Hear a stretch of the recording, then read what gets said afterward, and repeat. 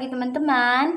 Di sini kami dari kelompok 2 izin untuk mempresentasikan hasil kerja kelompok kami. Kami sudah berdiskusi tentang beberapa materi yang akan kami bahas pada hari ini. Materi pertama yang akan kami bahas adalah tempat penimbunan sementara atau TPS. Yang kedua, tempat penimbunan pabean TPP. Yang ketiga, tempat penimbunan berikat TPB. Yang keempat, kawasan berikat. Yang kelima, gudang berikat. Yang keenam, logistik berikat. Yang ketujuh, penimbunan lainnya istimewa. Nah, dari itu semua sudah kami diskusikan. Semoga nanti kita akan buka forum diskusi. Kalau ada pertanyaan, nanti akan kami tampung pertanyaan dan akan kami jawab di akhir. Terima kasih. Tempat penimbunan sementara atau TPS. Tempat penimbunan sementara atau TPS merupakan bangunan dan atau lapangan atau tempat lain di kawasan pabean untuk menimbun barang. Barang yang dimaksud adalah barang impor yang masih menunggu pengeluaran maupun barang ekspor yang menunggu proses pemuatan. Penimbunan barang di TPS. Penimbunan barang di TPS dilakukan paling lama 30 hari sejak tanggal penimbunan. Barang yang ditimbun di TPS harus dipisahkan antara barang impor, barang ekspor, dan barang asal daerah pabean yang akan diangkut ke tempat lain dalam daerah pabean. Yang kedua, karena berfungsi sebagai tempat penimbunan, peti kemas dan kemasan barang lain yang berada di TPS tidak dapat dibuka. Pembukaan peti atau kemasan hanya dapat dilakukan untuk keperluan pemeriksaan fisik barang atau pengambilan contoh barang dalam rangka pemeriksaan pabean. Penetapan TPS. Penetapan sebagai TPS diberikan setelah mengajukan permohonan kepada Menteri Keuangan melalui Kepala Kantor Wilayah atau Kepala Kantor Pelayanan Utama. Permohonan yang disampaikan perlu memuat data seperti identitas penanggung jawab TPS, badan usaha pengelola TPS, lokasi tempat penimbunan, dan ukuran, luas atau daya tampung serta batas-batas tempat penimbunan yang dimintakan penempatan sebagai TPS. Persyaratan selengkapnya dapat dilihat pada Pasal 14 Peraturan Menteri Keuangan Nomor 109 PMK 04-2020. PMK 109-2020. Yang kedua, Kepala Kantor Wilayah atau Kepala Kantor Pelayanan Utama akan melakukan penelitian terhadap permohonan yang disampaikan serta dapat melakukan pemeriksaan lapangan jika diperlukan. Persetujuan atau penolakan diterbitkan paling lama 10 hari kerja dihitung sejak permohonan telah diterima secara lengkap. Keputusan penetapan TPS berlaku selama 5 tahun dan dapat dilakukan perpanjangan. Tanggung jawab pengusaha TPS. Merujuk Pasal 18 PMK 109-2020, terdapat beberapa kewajiban yang harus dipenuhi sebagai pengusaha TPS. Pengusaha wajib menyediakan dan melakukan pemeliharaan tempat pemeriksaan fisik, barang serta sarana pendukungnya. Selain itu, pengusaha TPS wajib menyediakan dan memastikan ketersediaan tenaga kerja, bongkar muat, serta sarana keamanan, kesehatan, dan keselamatan kerja.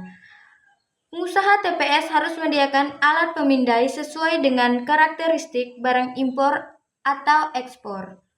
Dalam hal TPS berada di pelabuhan laut, wajib tersedia sistem penyerahan peti kemas secara elektronik yang terhubung dengan National Logistic Ecosystem. Kewajiban bea masuk, cukai, dan PDRI. Kewajiban bea masuk, cukai, serta pajak dalam rangka impor atas barang yang ditimbun dalam TPS merupakan kewajiban pengusaha TPS. Kewajiban dihitung sejak penimbunan sampai dengan tanggal pemberitahuan pabean atas impor.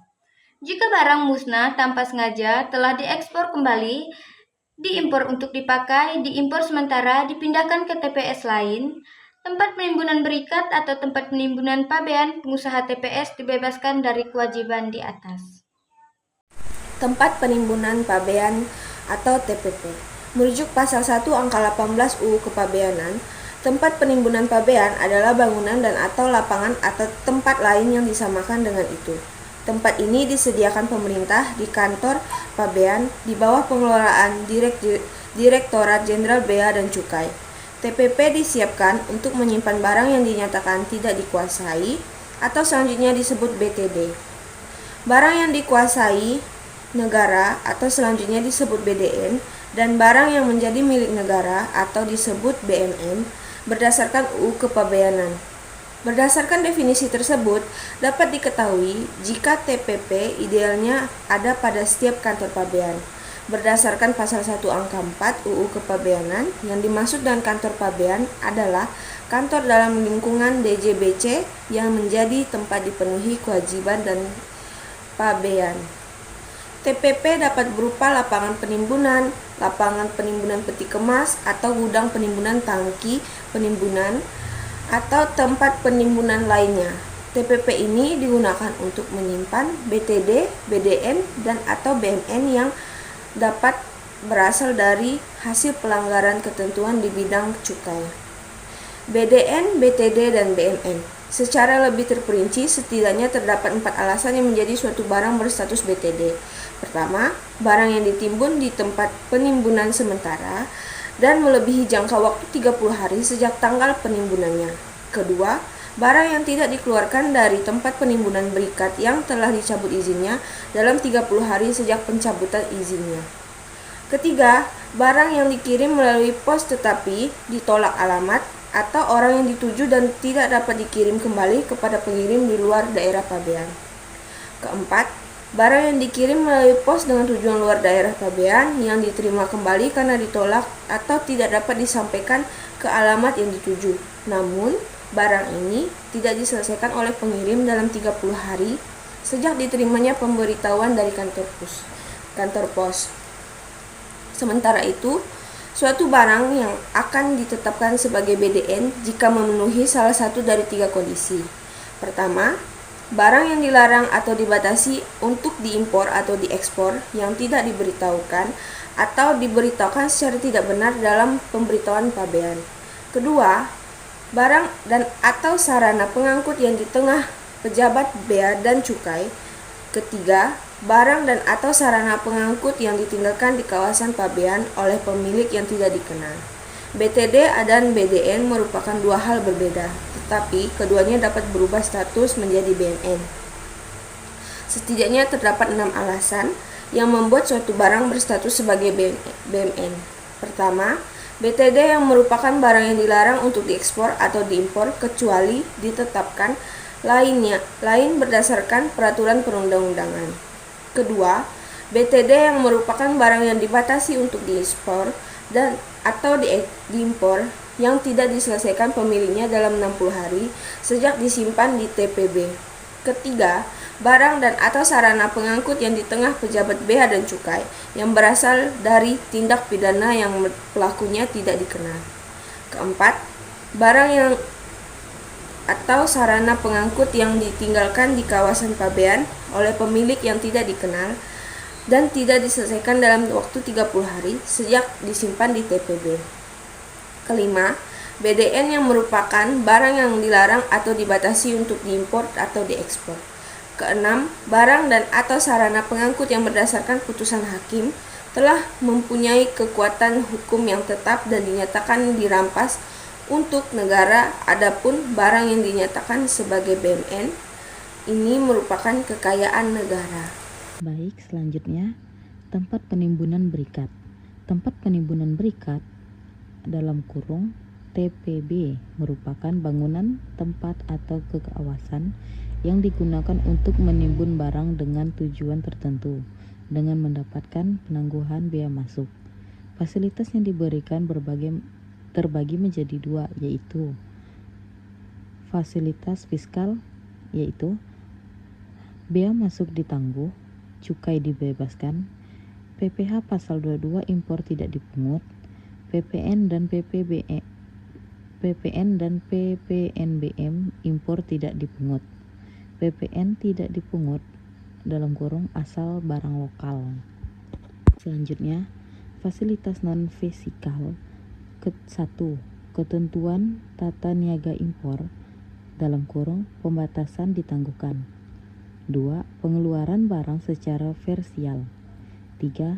Pemberitahuan pabean terotomasi. 4. Free trade agreement diakomodasi. 5. Pemeriksaan pabean di pabrik. 6. Subkontrak pekerjaan. 7. Self-management bonden untuk TPB tertentu. 8. Pengawasan berbasis IT, inventory, dan CCTV online. 9. Perlakuan tertentu. Kawasan berikat. Kawasan berikat merupakan tempat untuk menimbun barang impor dan atau barang yang berasal dari tempat lain dalam daerah pabean. TLDDP guna diolah atau digabungkan yang hasilnya terutama untuk diekspor. Kawasan ini dikelola oleh penyelenggaraan kawasan berikat dan di dalamnya dapat dilakukan oleh dari satu perusahaan.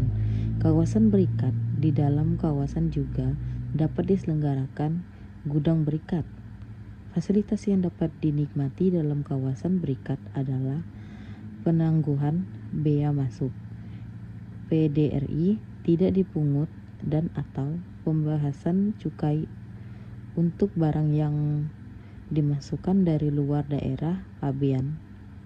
Fasilitas ini juga berlaku untuk barang impor berupa barang modal dan peralatan perkantoran yang masuk ke kawasan berikat. Materi yang kelima, gudang berikat. Gudang berikat adalah TPB untuk menimbun barang impor. Dapat disertai kegiatan berupa pengemasan kembali, penyortiran, penggabungan, pengepakan, penyetelan, pemotongan atas barang-barang tertentu dalam jangka waktu tertentu untuk dikeluarkan kembali. Barang impor yang masuk ke gudang berikat diberikan penangguhan bea masuk,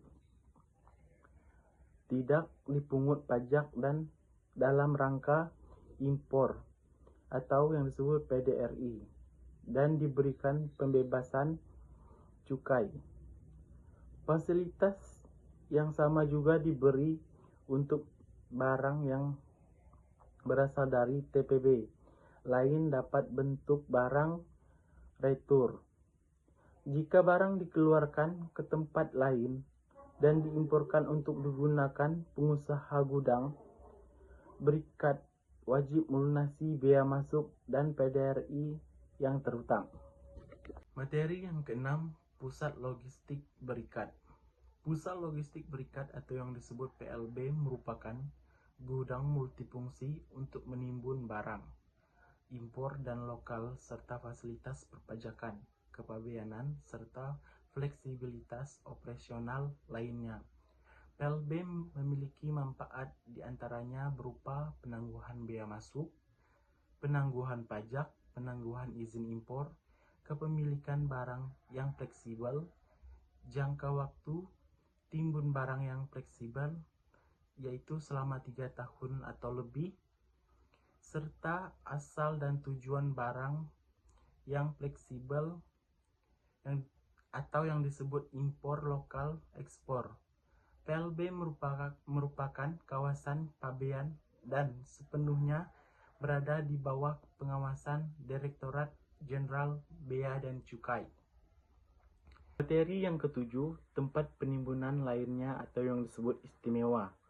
Tempat penimbunan lainnya adalah bangunan dan atau lapangan di luar kawasan pabean, dan bangunan dan atau lapangan timbun sportir yang diterapkan dengan izin Kepala Kantor Pabean untuk menimbun barang ekspor, sementara pemuatan ke sarana pengangkutan. Nah, sekian dari presentasi kami. Jika ada yang masih belum dipahami, bisa ditanyakan. Nanti kita akan buka forum diskusi. Nanti di diskusi itu, pertanyaan-pertanyaan kalian ajukan akan kami jawab.